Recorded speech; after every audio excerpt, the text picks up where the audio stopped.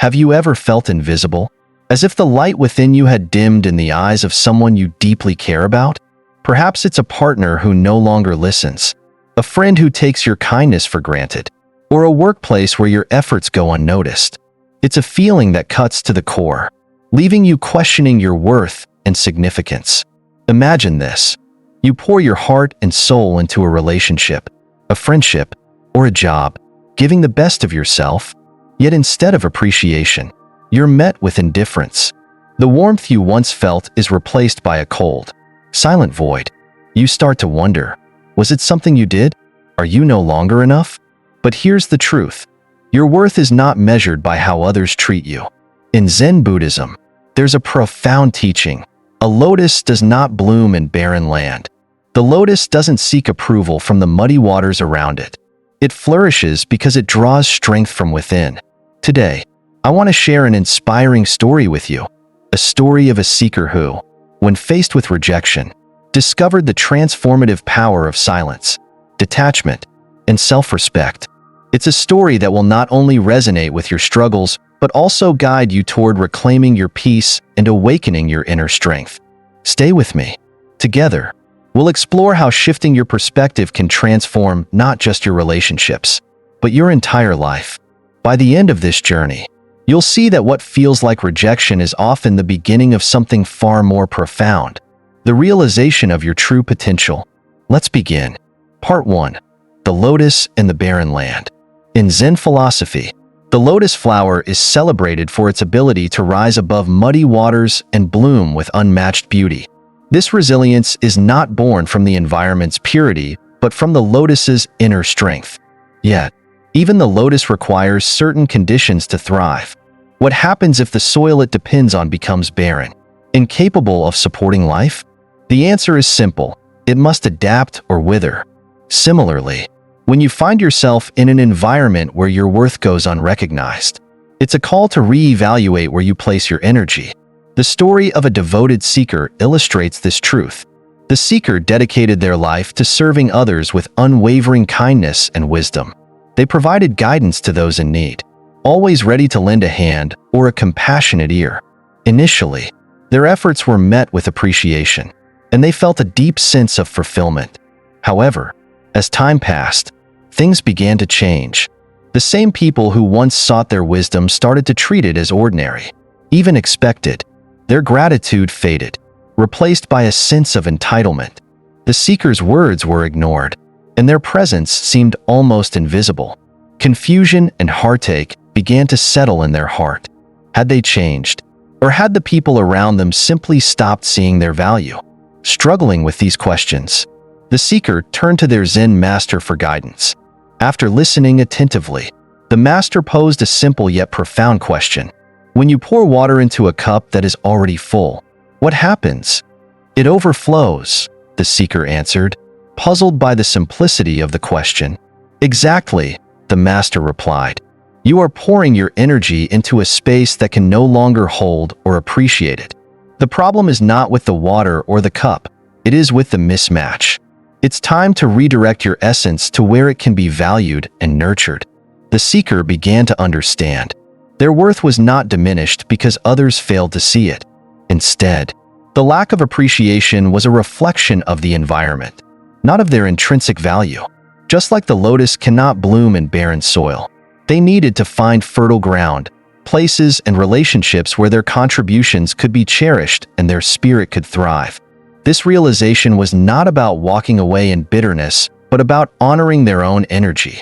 By choosing to redirect their efforts, the seeker took the first step toward a life of balance, fulfillment, and growth. Part 2. The Power of Silence and Detachment. The master's next teaching centered on silence and detachment, a concept that often feels counterintuitive. When faced with rejection or being undervalued, our instinct is to defend ourselves, to argue, explain, or plead our case. But the master's wisdom offered a different perspective. Do not argue, do not plead, and do not seek explanations. When someone does not value you, step back in silence. Observe without anger. Detach without resentment. This advice struck a chord with the seeker, but it was not an easy path to embrace. Silence, after all, can feel like surrender. Detachment may appear as giving up, but Zen teaches that true strength is found in stepping back, not in defeat, but with purpose. By withdrawing, you allow the other person to face the void left by your absence and create space for your own growth. Determined to follow the master's guidance, the seeker made a conscious choice to stop initiating conversations, offering unsolicited advice, or chasing validation. Instead of seeking external acknowledgement, they turned inward. They began practicing mindfulness, reflecting on their emotions, and investing in self-care. For the first time in a long while, the seeker felt what it meant to prioritize their own peace over the approval of others. Initially, the seeker's silence was met with confusion. Those who had taken their presence for granted began to notice the difference. Tasks that were once effortlessly managed by the seeker now felt daunting to others. Kindness that had been dismissed was now longed for. The absence of the seeker became an unspoken mirror, forcing others to confront the imbalance they had created. Yet, the seeker's decision to withdraw was not rooted in bitterness or the desire for revenge. It was an act of self-respect, a declaration of their worth. As the master explained, absence has a unique power to awaken appreciation. Sometimes, only when something is lost do we begin to recognize its true value. The seeker realized that their silence was not empty. It was filled with intention, allowing others to reflect on their own actions while creating room for the seeker to reclaim their energy. Detachment, too, was not about shutting people out, but about protecting their peace. This period of stillness became transformative. The seeker found clarity in their solitude and began to see themselves not as victims of rejection, but as individuals with the strength to step back and let go. Their silence spoke volumes, more than words ever could. It allowed them to communicate their worth not by demanding recognition, but by showing that they would no longer overextend themselves where they were not valued. Through silence and detachment, the seeker began to reclaim the balance they had lost. This was not about creating a distance out of anger, but about fostering a space where they could truly thrive. And in doing so, they set the foundation for deeper, more meaningful relationships, built on mutual respect and appreciation. Part 3. Cultivating Inner Strength. As the seeker retreated from the noise of external validation, they redirected their focus inward. This was not an act of isolation, but a deliberate choice to reconnect with their true self. The master introduced them to the Zen teaching of anatta, or non-self, which emphasizes that clinging to external validation is a source of unnecessary suffering. By detaching from the need for approval, the seeker could rediscover their inherent worth, free from the distortions of others' perceptions. The journey inward began with mindfulness. The seeker committed to daily meditation, learning to observe their thoughts and emotions without judgment. They noticed how rejection had triggered feelings of inadequacy, but instead of resisting or suppressing these feelings, they allowed them to surface. Each time, they gently repeated a mantra, "I am enough, not because others say so, but because I exist." This affirmation, spoken with intention and belief, slowly chipped away at the heavy burden of rejection, replacing it with a growing sense of peace. The master also encouraged the seeker to adopt a practical exercise, journaling. Each day, they would write down 3 affirmations about their intrinsic worth. These were not grandiose statements, but simple truths. I deserve respect. My contributions have value. And I am whole as I am. Over time, this practice rewired the seeker's mindset, reinforcing the understanding that their value was innate and unshaken by external opinions. Gratitude became another cornerstone of the seeker's transformation. Every evening, they would reflect on the blessings in their life, whether it was the warmth of sunlight, the joy of a kind word, or the tranquility of a quiet moment. By focusing on what they already had, the seeker shifted their perspective from scarcity to abundance. Gratitude acted as a balm, soothing the wounds of rejection and helping them see the beauty that still surrounded them. This process of cultivating inner strength was not without challenges. There were moments when the silence felt deafening and the temptation to seek external reassurance was strong. Yet, with patience and practice, the seeker found that their inner reservoir of strength was deeper than they had imagined. Each time they resisted the pull of old patterns, they felt a renewed sense of empowerment. As the days turned into weeks, the seeker began to radiate a quiet confidence. This was not the loud, boastful confidence of someone seeking attention, but a calm, steady presence that came from knowing their worth. Their transformation was subtle yet profound, visible not in grand declarations, but in the way they carried themselves. They no longer sought to prove their value to others. Instead, they lived in alignment with the truth that their value was never up for debate. The ripple effects of this transformation extended beyond the seeker. Their newfound clarity inspired those around them. Friends and acquaintances who had previously taken the seeker for granted began to notice the change, drawn to the quiet strength they exuded. Some even sought their guidance, curious about the secret to such calm and assurance. In cultivating inner strength, the seeker discovered the power of self-awareness, gratitude, and detachment. They were no longer defined by how others perceived them, but by their own unshakable truth. This transformation became the foundation for a life of balance, fulfillment, and genuine connection. Part 4. Lessons in Impermanence. Zen philosophy teaches that impermanence is not something to fear, but a natural part of life's rhythm. Everything changes, seasons shift, rivers flow, and even the tallest mountains erode over time. Relationships are no exception. They evolve, grow, or sometimes fade, clinging to what no longer nurtures us. However, traps us in a cycle of unnecessary suffering, preventing us from embracing the possibilities that change can bring. To illustrate this truth, the master shared a parable with the seeker. In a small village, there was a tree that stood tall and strong, offering its sweet fruit and generous shade to anyone who sought its shelter. Over time, villagers came to rely on the tree without a second thought. They carved their names into its bark, broke its branches for firewood, and left the ground beneath it littered with debris. Despite this, the tree continued to give, providing shade and nourishment as best it could. When autumn came, the tree began to shed its leaves.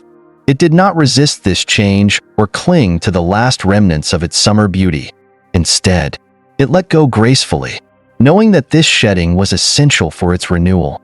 By releasing what was no longer needed, the tree prepared itself for new growth in the spring. This story deeply resonated with the seeker. It revealed that letting go is not a sign of weakness but a profound act of strength and wisdom. Just as the tree shed its leaves to make way for new life, the seeker realized they too could release what no longer served them, whether it was a relationship, an expectation, or a lingering attachment to the past. Holding on to situations or people who undervalue us doesn't preserve the relationship. It prolongs our suffering. It creates a cycle of frustration and diminishes the space we have for growth and fulfillment. Letting go, on the other hand, creates room for something new, something that aligns with who we are becoming. The master reminded the seeker that impermanence is not just about loss. It is also about renewal. Like the tree, we must trust that each ending carries the seed of a beginning. By accepting impermanence and letting go with grace, we align ourselves with the natural flow of life, opening the door to growth, peace, and endless possibilities. Part 5. Finding freedom through detachment. Freedom, in its truest sense, emerges when we detach from the need for external validation and approval. Detachment is not about indifference or isolation. It's about reclaiming your energy and focusing on what aligns with your values and purpose. The master illustrated this concept with a powerful metaphor. Imagine carrying a lantern through the darkness. If someone rejects the light you offer, do you extinguish it? No. You carry it forward, illuminating the path for yourself and others willing to walk with you. For the seeker, this metaphor was transformative. They began to see their energy as the light of the lantern, precious, purposeful, and deserving of protection. In the past, they had overextended themselves, trying to prove their worth to those who dismissed it. They realized this pattern was rooted in an unconscious belief that their value needed external confirmation. But the master's wisdom offered a liberating perspective. The seeker began to understand that their light was not diminished when others failed to recognize it. With this newfound clarity, the seeker made intentional changes. They stopped overcommitting to relationships that drained their energy. Instead, they prioritized connections that were mutually supportive and respectful. This was not an act of rejection, but of self-preservation. By letting go of the need to be validated, the seeker stepped into a life of authenticity, where their actions were guided by internal alignment rather than external approval. This shift brought an unexpected sense of peace. Without the burden of constantly proving themselves, the seeker had more energy to focus on their personal growth and passions. They began to rediscover hobbies they had neglected, dedicate time to mindfulness practices, and engage in meaningful pursuits. Each small step reinforced the understanding that their worth was not something to be earned. It was inherent. Detachment also brought clarity. The seeker started to observe their relationships with a fresh perspective. They noticed that those who truly valued them required no convincing. These individuals respected the seeker's boundaries and appreciated their presence without needing reminders. Conversely, those who had taken the seeker for granted began to fade away. The seeker realized that this natural weeding out of relationships was not a loss but a gain, making room for connections that aligned with their values and growth. This freedom through detachment didn't mean the seeker became detached from caring for others. Instead, it allowed them to care more deeply but with healthier boundaries. The seeker could now give from a place of abundance rather than obligation. They understood that their light was most impactful when shared freely, not forced upon those unwilling to accept it. By embracing detachment, the seeker found themselves walking a path of authenticity and peace. They no longer clung to relationships or situations that did not serve them. Instead, they trusted in the wisdom of impermanence and the guiding light within themselves. This freedom was not about abandoning others, but about carrying the lantern forward, illuminating a path for those ready to join them in mutual respect and understanding. Ultimately, the seeker discovered that detachment is not the absence of connection, but the presence of clarity.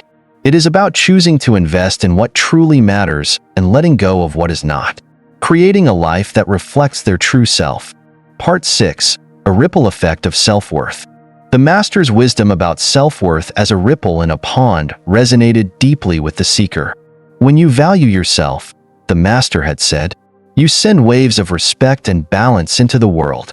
These ripples may reach others, but they always start at the center with you. This idea encouraged the seeker to view their personal growth not only as a gift to themselves, but as a subtle influence that could inspire others. As the seeker embraced their inherent worth, their life began to change in unexpected ways. They no longer sought validation from others, and this inner shift transformed the energy they radiated. This quiet confidence was magnetic. Relationships that once felt strained began to improve, not because the seeker demanded change, but because their newfound clarity naturally encouraged healthier dynamics. Their transformation also created space for new opportunities and connections.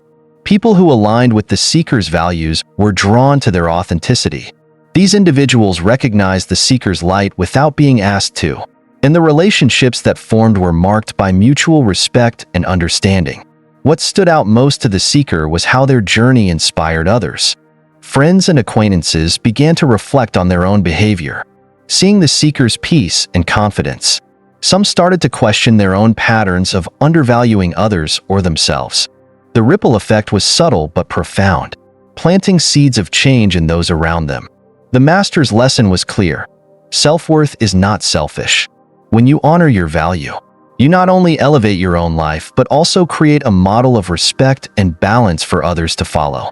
By nurturing their inner strength, the seeker became a source of quiet inspiration, proving that the journey towards self-respect can uplift far more than the individual. It can transform an entire community. In the end, the seeker's journey revealed a profound truth. It was never about rejection, but awakening. What once felt like loss became a gateway to growth. They realized that their worth had never been diminished by others' inability to see it. Instead, every moment of being undervalued was an invitation to look inward, to rediscover the strength and beauty that had been there all along. When someone doesn't value you, it's not a sign of your inadequacy, but a reflection of the environment you're in. It's a moment to pause, step back, and reclaim your peace. While you may lose certain connections in the process, What you gain is far greater, yourself, whole and undiminished. Like the lotus, you don't need to strive for recognition or beg for attention. You bloom not because others notice, but because it is your nature to grow and thrive. In your own time, in your own way, you will find the fertile ground where you can flourish. So ask yourself, are you nurturing your roots in places that allow you to grow? Or are you clinging to barren soil, hoping for change? Let this story inspire you to trust the process of letting go. Embrace the wisdom of impermanence and honor the light within you. Your journey is your own, but you are never alone. If this message resonated with you, take a moment to reflect on your path and the lessons you've learned along the way. And if you're ready to continue this journey of growth, subscribe for more insights on Zen philosophy, self-worth, and the transformative power of letting go. Together, we'll walk the path toward peace, clarity, and a life rooted in authenticity. You are the lotus, and your time to bloom is now. Let it happen. Let it shine. Let it be.